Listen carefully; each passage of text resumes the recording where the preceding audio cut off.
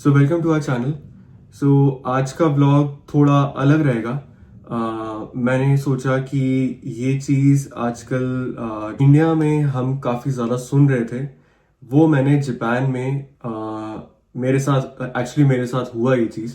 तो मैंने सोचा कि इस व्लॉग के थ्रू एटलीस्ट मैं एक अवेयरनेस क्रिएट करूं कि जो लोग यहाँ पे एज एन एनआरआईज रह रहे हैं, या इट्स नॉट ओनली जापान में, कहीं पे भी बाहर की कंट्रीज में रह रहे हैं, उनके लिए ये शायद से अवेयर होना उनके लिए एक ज़रूरी है।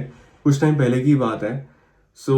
हम अभी मतलब मैं इंडिया से आया था, उस टाइम पे ट्रैवल करके वापस जापान आया था। एंड मुझे शायद एक हफ्ते बाद एक रैंडम नंबर से कॉल आता है।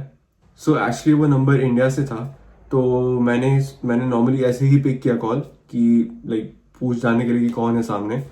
सो उनका मुझे सबसे पहला ही उन्होंने ये चीज़ बोली कि हम इमिग्रेशन डिपार्टमेंट से बोल रहे हैं। एंड हमारे लाइक आप अभी रिसेंटली इंडिया से आए हैं, आपने इस दिन को ट्रैवल किया है एंड एवरीथिंग। लाइक उनके पास मेरी A to Z सारी डिटेल्स थी कि मेरा इनफैक्ट उन्होंने इंडिया का एड्रेस भी उन्होंने मेरे को बोला वर्बली, एंड उन्होंने मेरी डेट ऑफ बर्थ वगैरह सब कुछ उन्होंने मेरे से कंफर्म कराया उसमें। ऐसा नहीं कि मैंने सामने से बोला, उन्होंने मुझे सामने से बोला। तो लाइक मैंने उस चीज़ पे बिलीव किया क्योंकि सब कुछ बिल्कुल एग्जैक्ट एक्यूरेट डिटेल्स उन्होंने मेरे को बोली। And suddenly they asked me कि आपने जो इमिग्रेशन, यूजुअली जब हम इमिग्रेशन मतलब जाते हैं, आप जब फ्लाइट बोर्ड करते हैं तो आपको पहले इमिग्रेशन कराने पड़ते हैं। तो इमिग्रेशन पे आपको एक फॉर्म भर के देना होता है एम्बार्केशन का। तो उसमें आपको अपनी पर्टिकुलर्स भरने होते हैं, कुछ कुछ जैसे नाम है, डेट ऑफ बर्थ है, पासपोर्ट नंबर वगैरह, ये सब बेसिक चीज़ें होती हैं बेसिकली।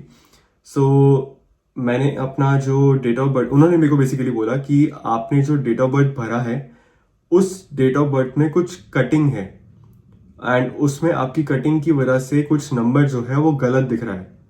तो मैंने कहा कि ऐसा नहीं पॉसिबल, क्योंकि मैंने कट नहीं किया था, जितना मुझे ध्यान था मैंने कटिंग नहीं करी थी। बट एक होता है ना कि आपको उस टाइम पे आपको एग्जैक्टली याद नहीं आया, क्योंकि एक डेढ़ हफ्ता हो चुका था इस बात को। तो मुझे उस टाइम पे एग्जैक्टली याद नहीं आया। मैंने कहा कि शायद हो सकता है मुझसे कुछ कटिंग हुई हो एंड कुछ मिस लाइक राइटिंग में कुछ इशू हुआ हो। तो मैंने उनको अपना डेट ऑफ बर्थ कंफर्म किया एंड मैंने बताया भी कि मेरे सारे डॉक्यूमेंट्स में एक ही डेट ऑफ बर्थ है, कहीं पे भी ऐसा मिसमैच नहीं है। उन्होंने लाइक कहा कि सिंस ये इमिग्रेशन डिपार्टमेंट में आपने ऐसे इंफॉर्मेशन दी है, एंड अगर आप इमिग्रेशन डिपार्टमेंट को रॉन्ग इन्फॉर्मेशन प्रोवाइड करते हो तो वो it is a criminal offence, ये उन्होंने मुझे बताया।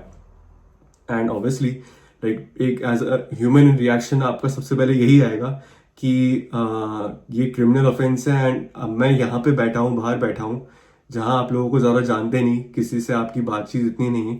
तो आप ऑब्वियसली एक रिएक्शन आएगा ना कि आप डर गए थोड़ा सा, कि एक होता है ना पैनिकी मोड में चले गए कि यार ये कैसे हो गया, ऐसी क्या गलती हो गई। तो मैं भी थोड़ा सा उस टाइम सिचुएशन ऐसी थी, एंड मैं उस टाइम ऑफिस में था एक्चुअली। ये सब सिचुएशन जब हुई मैं ऑफिस में बैठा हुआ था। तो मेरे को उन्होंने कहा कि आप अपना जल्दी से अपने घर चले जाइए, आपके घर पे कुछ पुलिस ऑफिसर्स आएंगे एंड वो आपसे आपके डॉक्यूमेंट्स वगैरह वेरीफाई करेंगे। तो मैंने कहा कि ठीक है, अगर कुछ ऐसा सिचुएशन है तो मैं घर आ गया उस टाइम पे। देन उन्होंने मुझे रास्ते में कॉल किया दोबारा, लाइक मैं जब घर आ रहा था तो मुझे रास्ते में उनका दोबारा कॉल आया कि आपको कितना टाइम लगेगा पहुंचने में। लाइक उन्होंने मेरे को ना 2-3 बार फॉलो अप करने के लिए कॉल किया, क्योंकि वो ऐसे शो कर रहे थे कि वो इंडिया से बोल रहे हैं, इंडिया इमिग्रेशन से बोल रहे हैं, तो वो हमें मेरे को बेसिकली प्रोटेक्ट करना चाह रहे हैं, उनका ऐसा उन्होंने मेरे को दिखाया।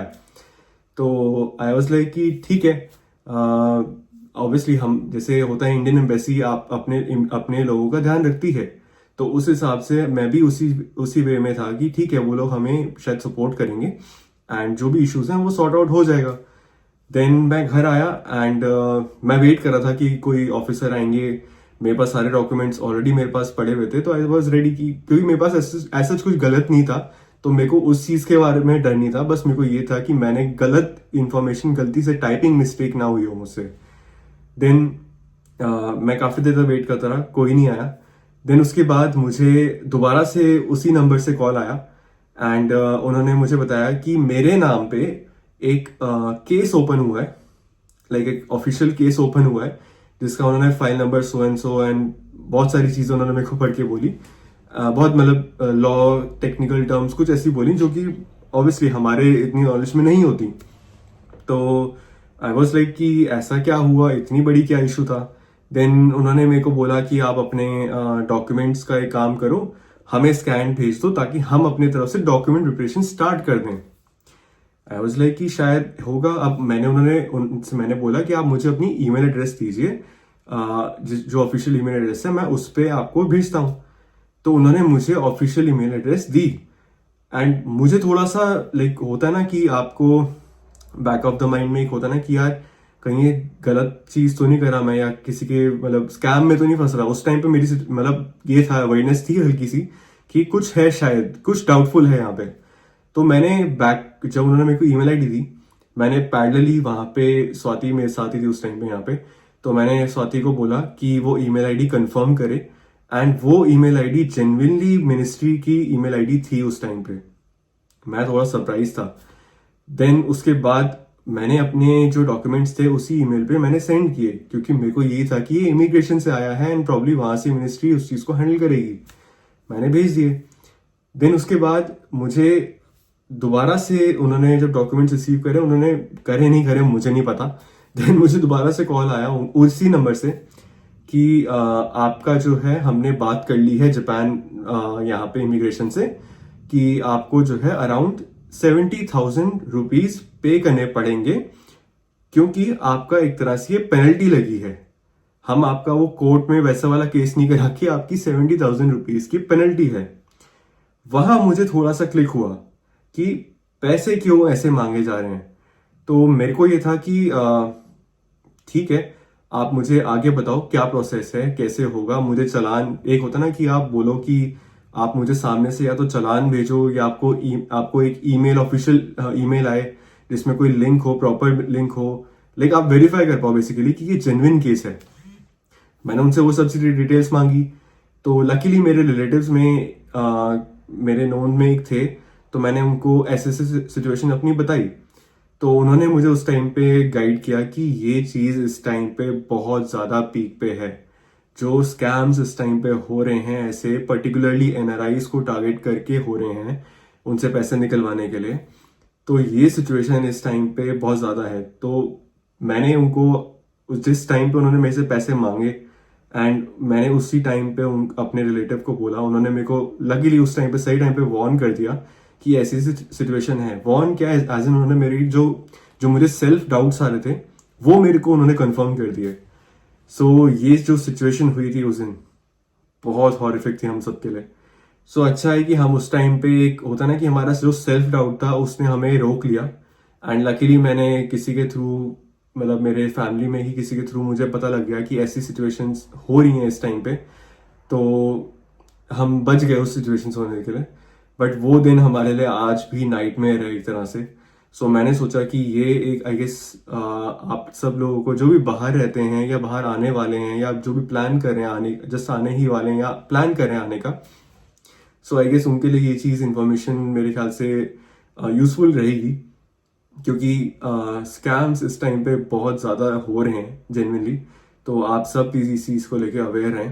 एंड जो भी आपको, मैं अगर सिर्फ मैं दूसरी कंट्रीज के बारे में मैं नहीं जानता, बट मैं अगर जापान की बात करूं, जापान में कभी भी ऐसी सिचुएशन होगी, आपको ऑफिशियल एक लेटर आता है घर पे। अगर कुछ भी ऐसे नोटिस होंगे, आपको कुछ भी आपके साथ ऐसा कुछ इंसिडेंट है, आपको पहले एक ऑफिशियल लेटर आएगा इमिग्रेशन से या कहीं से भी, उसमें आपकी सारी चीजें लिखी होंगी। उस पे आपके अलग से एक चालान लेटर आता है, उसको आपको डायरेक्टली आप ऐसे भी कहीं पे भी पे नहीं कर सकते, आपको उधर ही जाके उनके ऑफिस में पे करना होता है। तो यहाँ पे ये चीजों को लेके बहुत स्ट्रिक्टनेस है, इन चीजों का बहुत अच्छे से ध्यान रखा जाता है। तो मैं ये जरूर आपको कहूंगा कि जो जापान में आ रहे हैं या जो रह रहे हैं और उनके साथ, अच्छा है कि ये ऐसी सिचुएशन नहीं हुई है, बट जस्ट इन केस उनके साथ कभी ऐसी सिचुएशन आए तो आप प्लीज पैनिक ना करें और उनको बोलें कि भाई आप हमें ऑफिशियल लेटर दीजिए, तब ही हम उस चीज पे आपको अपना जो भी हमें करना है आगे हम उस चीज पे प्रोसीड करेंगे। कभी भी टेलीफोनिकली ये लोग रीच आउट नहीं करेंगे इस चीज को लेके, आपके पास हमेशा एक ऑफिशियल लेटर आएगा। सो आई होप ये आप सबके लिए एक इंफॉर्मेटिव वीडियो रही हो। और प्लीज़ आप इन सब चीज़ों से थोड़ा सा अवेयर रहें, स्कैम से जितना हो सके बचें। तो बस आज के लिए इतना ही, अब मिलते हैं नेक्स्ट व्लॉग में। Thank you.